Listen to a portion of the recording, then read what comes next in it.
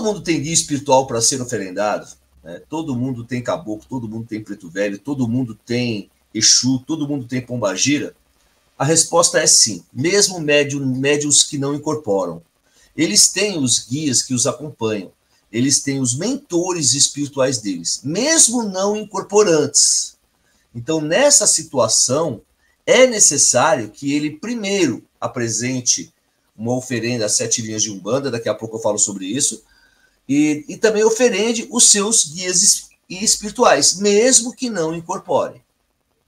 Mesmo que não saiba os nomes, eu vou falar sobre isso daqui a pouco também. É muito importante que esse médium, ele dê essa oferenda no ponto de força da natureza. Se apresente no ponto de força da natureza. Eu sei que aqui, por exemplo, em São Paulo, onde nós moramos, nós temos uma grande dificuldade de encontrar natureza. Nós temos que nos deslocar a lugares que tem natureza ainda. Porque aqui é ter uma selva de pedra. No entanto, nós fazemos esse esforço e vamos ao ponto de força da natureza. Esses dias mesmo atrás, eu soltei um short, soltei um videozinho no Instagram, que eu estava no Santuário da Umbanda em Santo André, me reenergizando, absorvendo as energias da natureza, porque eu precisava daquelas energias. Eu estava no momento que estava precisando. Então eu fui até o santuário, perto da natureza, e absorver as energias ali. Então, todo médio tem um guia espiritual, mesmo médio que não seja incorporante. Ele tem esse guia espiritual. É necessário que ele se apresente na natureza para que possa dar à natureza uma oferenda. Eu sei que alguns irmãos de Umbanda falam que basta você oferendar no seu altar em casa. Nós vamos falar sobre isso depois também. Não é bem assim. Não é.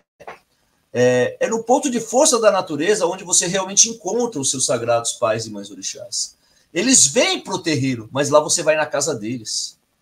É a mesma coisa conversando, por exemplo, com você que é casado com a sua mãe. Você vê sua mãe uma vez por mês, ou vê todo dia pelo vídeo. Mas quando você vai na casa dela, é outra situação. Ela te dá um abraço, você abraça, sente o cheiro dela, beija, abraça. A mesma coisa são os orixás. Eles estão sim no nosso terreiro, estão sim no nosso altar. Mas quando você vai no ponto de força da natureza, é ali que eles te abraçam. É ali que eles os recebem com uma energia. E todo guia espiritual vem numa vibração de um pai ou de uma mãe orixá. Daí a importância de se fazer a oferenda no ponto de força da natureza. Pelo menos uma vez ao ano é necessário. Pelo menos uma vez a cada ciclo, né, anual, você precisa estar no ponto de força da natureza, fazendo as suas oferendas.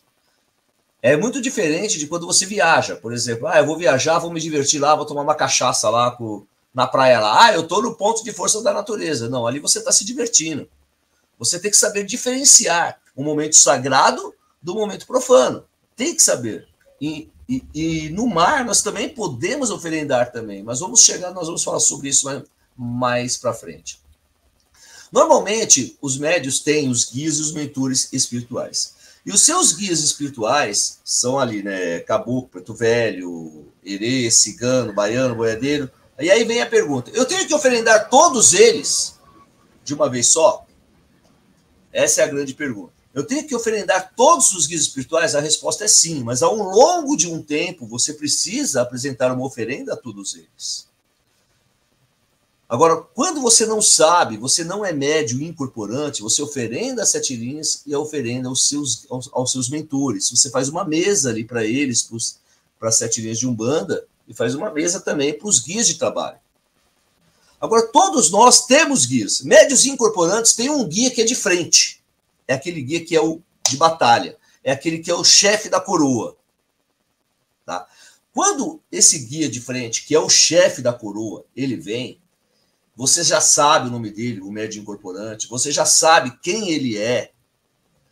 Você deve oferendar para ele primeiro. Porque ele é responsável pela sua coroa. E ele, através daquela oferenda, ele retira, absorve aquela energia e divide com todos os outros guias. Ele divide com o preto velho, divide com o boiadeiro, com o baiano e etc. E ao longo do ano, você vai oferendando. Dá ali um vinho para o preto velho, dá um cafezinho para o preto velho, dá uma cachaça para o boiadeiro, uma cerveja para o boiadeiro, dá uma batida de coco para o baiano, um guaraná para o herê, e assim por diante, ao longo do ano. Mas primeiro tem que ser o seu chefe, o guia de frente, o chefe espiritual da sua coroa. Algumas pessoas sempre me perguntam sobre essa resposta do guia de frente, se temos mais de um guia de frente. Ai, pai Paulo, na minha casa eu penso que é o preto velho, daqui a pouco eu penso que é o herê, daqui a pouco eu penso que é o caboclo, porque todos eles mandam. E você está certo, todos eles mandam. Todos eles mandam mesmo. Na minha casa mesmo. O seu flecha certeira é o guia de frente da minha coroa. No entanto, se o preto velho precisa fazer algo, ele baixa em terra e ele faz e desfaz e fala, eu estou fazendo. Eu mando também. Mas o responsável pela coroa guia de frente é o caboclo flecha certeira. É meu pai, flecha certeira. E todos os guias, eles acabam tendo uma parte do comando. Mas o guia de frente é um só. Nós temos um guia de frente. Ah, eu queria tanto que fosse o boiadeiro, queria tanto que fosse o baiano. Então, na realidade é um guia de frente. Na nossa doutrina, nós acreditamos que no patamar espiritual, aqueles que têm mais grau espiritual, mais grau de mediunidade, é o caboclo e o preto velho. Então, para nós é natural o caboclo e o preto velho ser chefe de uma coroa. Mas acontece muitas vezes, em muitos terreiros de Umbanda, por exemplo, o baiano, o cigano, o boiadeiro se apresentar como chefe de coroa, até o marinheiro se apresentar como chefe de coroa de uma pessoa. E aí o caboclo, então, ele é submisso, o preto velho é submisso nessa situação? Não, não é submisso, porque ele tem mais grau espiritual. Mas o médium em questão tinha uma afinidade maior e melhor com aquela entidade. E aí o caboclo ou o preto velho falou, olha, assume lá e qualquer coisa você fala comigo. Já vi diversos casos assim, diversos casos. E na realidade, entre os espíritos, entre as entidades espirituais, na verdade, eles não estão nem aí, tipo, eu quero ser chamado de chefe, quero ser chamado de líder, quero ser chamado de capitão. Não, eles não estão nem aí. O que eles querem é que o médio deles evolua, é que o médio deles desenvolva o sentido da espiritualidade, desenvolva a maturidade espiritual. É isso que os guias querem. E devemos oferendar também todos os guias, médio iniciante, médio incorporante, devemos oferendar. Diga-se de passagem, né, que vocês podem estar se perguntando, o que são guias espirituais? Guias espirituais é aqueles espíritos que nos guiam, são guias de luz, que nos guiam. Eles estão ali para nos guiar, nos guiar. Quando nós pegamos um atalho, ele fala, opa, peraí, volta aqui, caminha direito, puxa a orelha, tá? Guia é isso.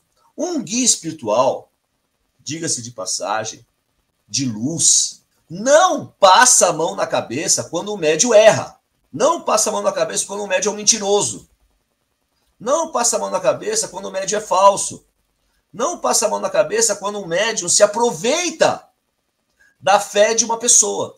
Eu já tomei diversas broncas das entidades e eu não consigo entender como é que um guia de luz passa a mão na cabeça quando o médium está errando, gente.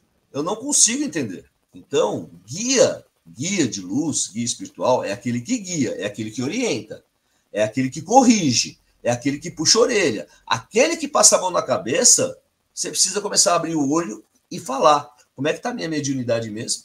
Será que eu estou certo mesmo na minha mediunidade? Será que eu estou correto no meu caminhar? É muito importante vocês entenderem isso.